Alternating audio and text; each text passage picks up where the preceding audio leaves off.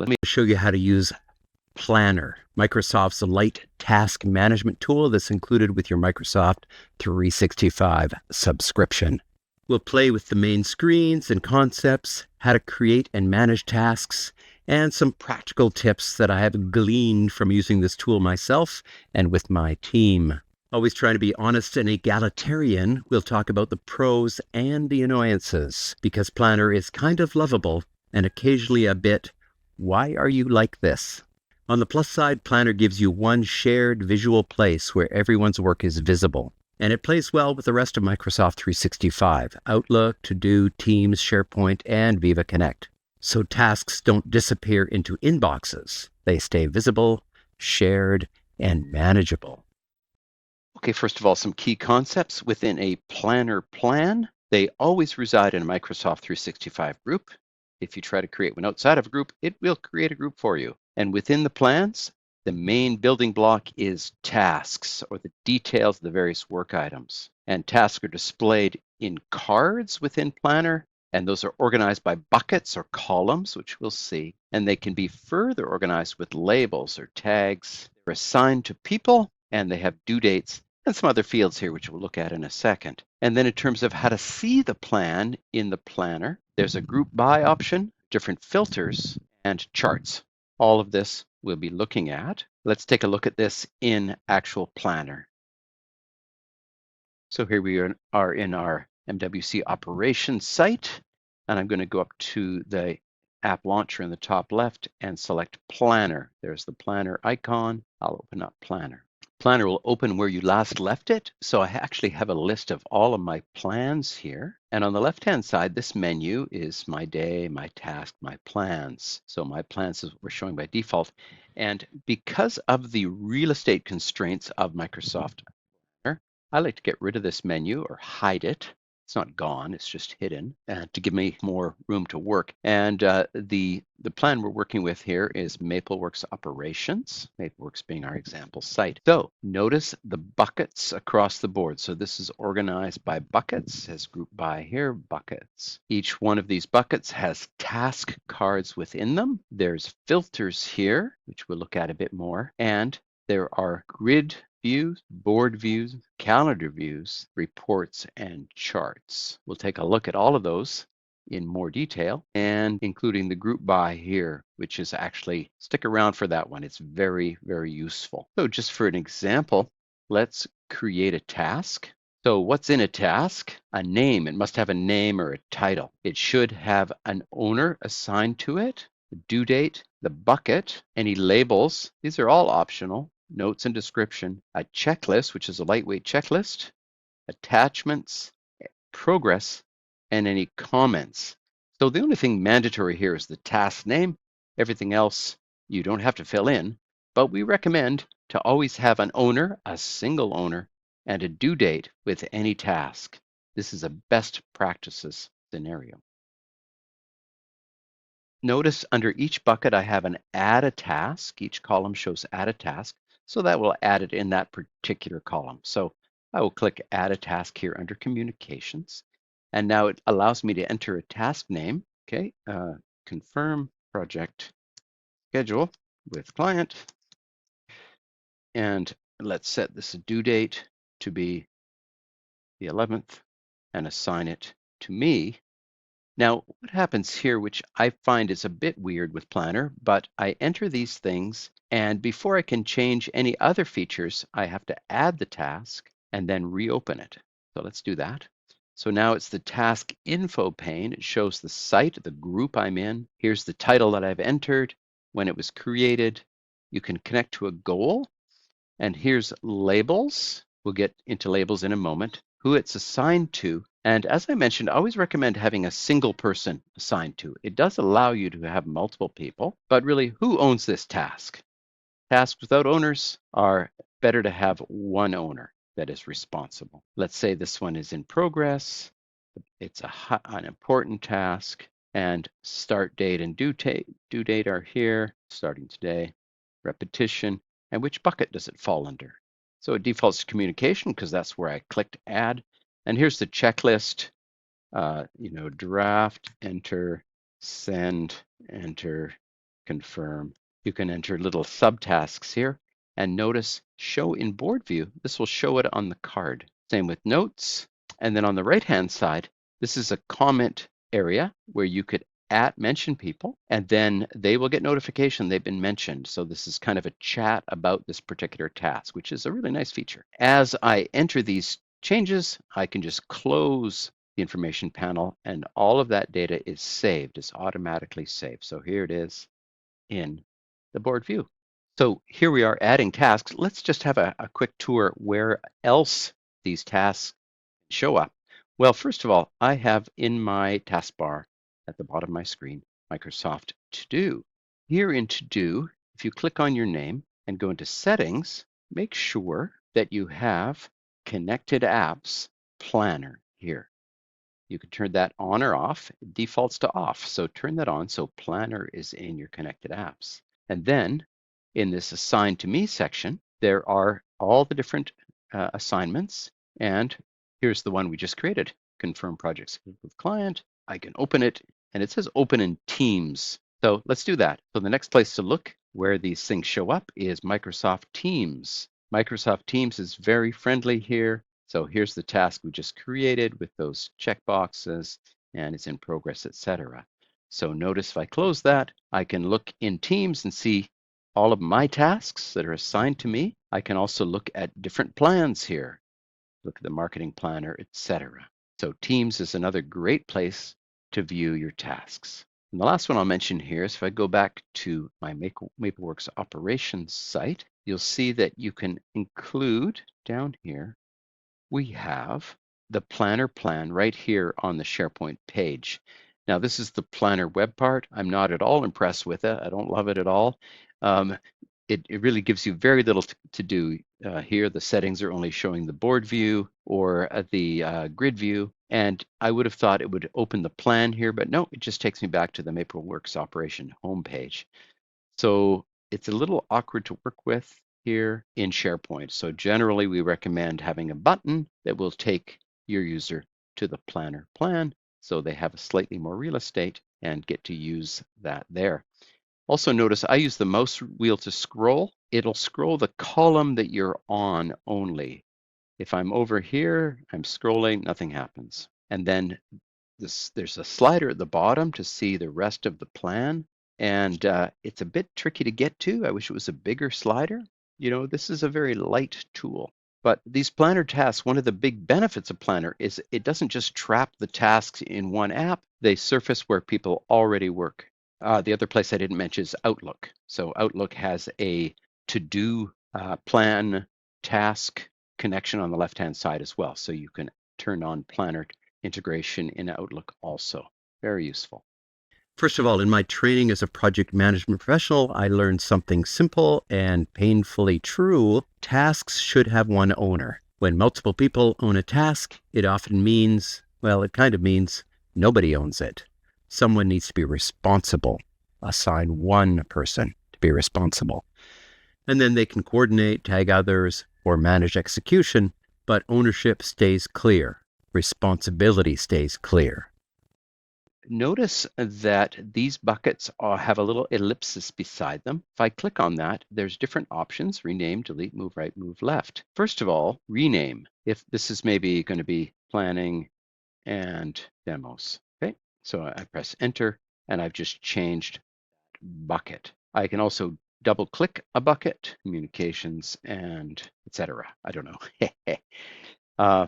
And etc. So you can also drag these around. So I want to put that communication one over here.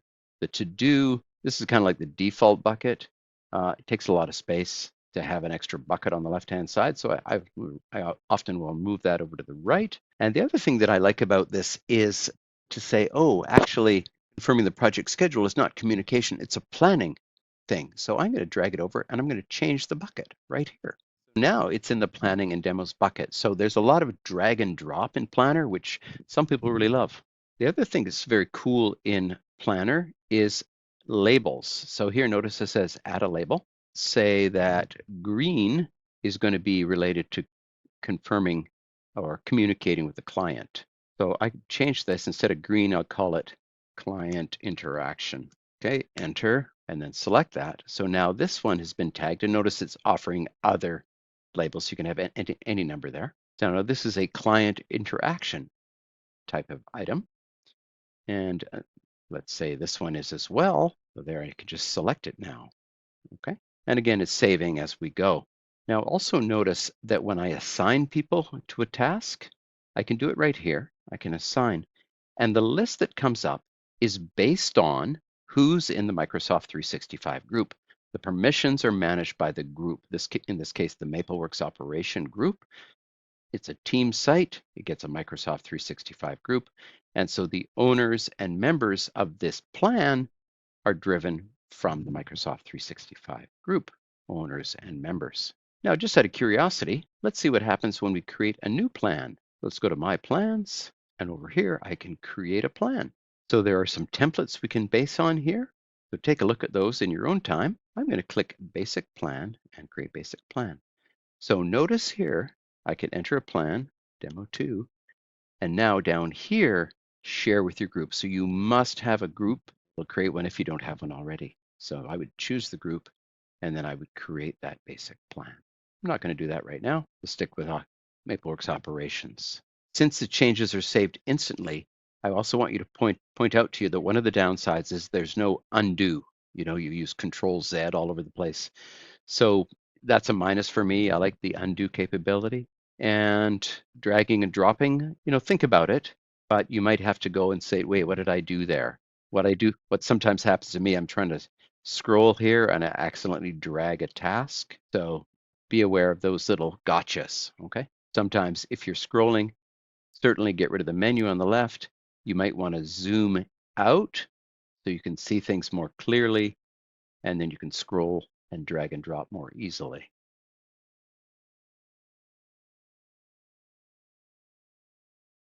Okay, so the next thing I want to show you is a bit of grouping and filtering stuff. So here we are, group by bucket. This is the default grouping. It shows the buckets. The columns are the bucket names. But look, if I went and group by due date, things with no date, things in the past, things to today, things that are tomorrow, rest of the week, future. Okay, so this is a very interesting view, sort of allows you to quickly see from a date point of view what should have been done and what's coming up. I also like if I'm using labels, the group by labels, because just like the buckets, can double click to change these, and I could drag these around. So let's say this is client interaction, so I can drag it in there. And the other one that's very useful is assigned to. So I can change assignment back and forth. Here we go, who things are assigned to. Changing the assignment. Now, the next view I want to show you is the calendar view. But before we go there, I'm going to show filtering because I want to show you how this is sticky. So let me see that I just want to see things that are assigned to me. Now, this can be a bit tricky because if I click away, I just have this little one here. So you got to remember to look at that. There's one filter applied. All right, you may be looking at this and going, oh, there's not much in this plan.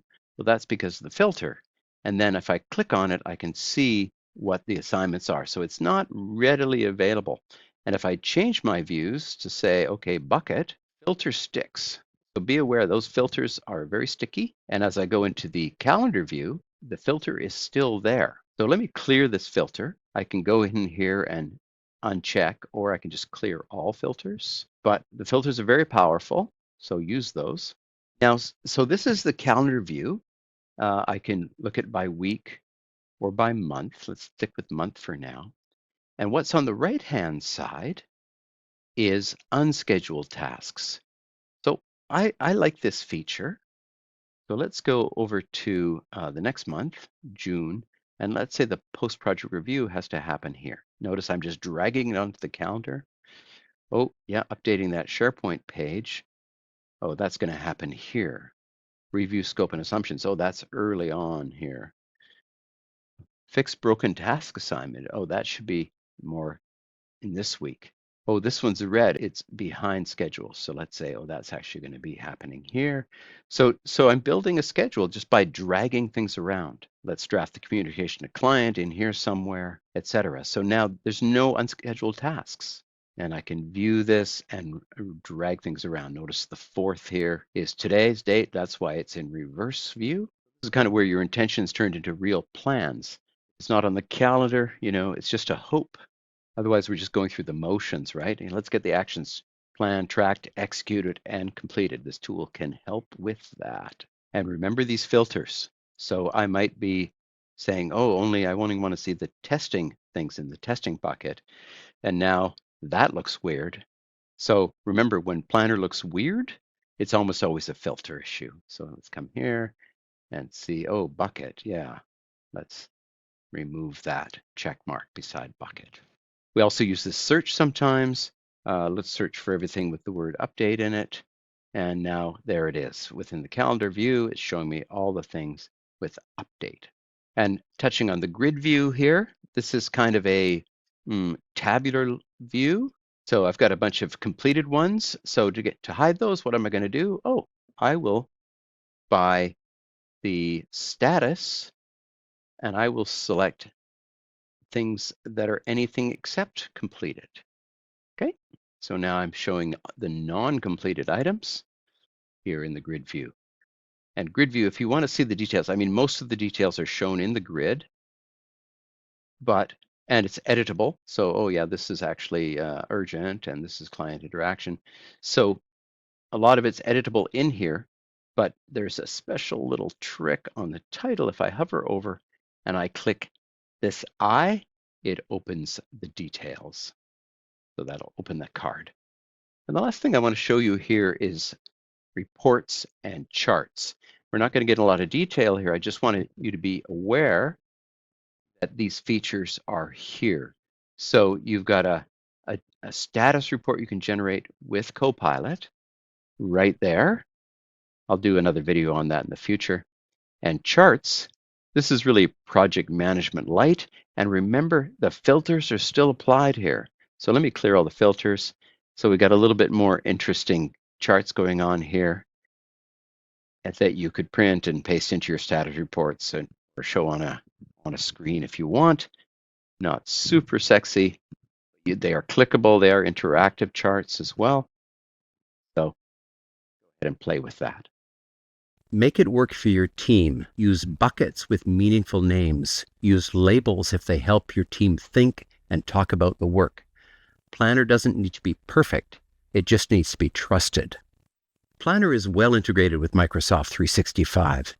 Security is simple. Access managed through the Microsoft 365 group behind the plan. If someone's in the group, they're in the plan. It's also important to be clear about what Planner is not. It's not a full project management software, no task dependencies, no parent-child task hierarchy, no Gantt view, no critical path. And that's fine. It's a free tool that shines as a shared task management tool. Think of it as Project Management Lite with good visuals and connected to the tools you already use. Use it for clarity, coordination, and momentum. If you do that well, Planner quietly becomes one of the most useful tools in your team's toolbox. Like, subscribe, and share, and stop managing projects in your inbox. Your future self and your team, they'll thank you.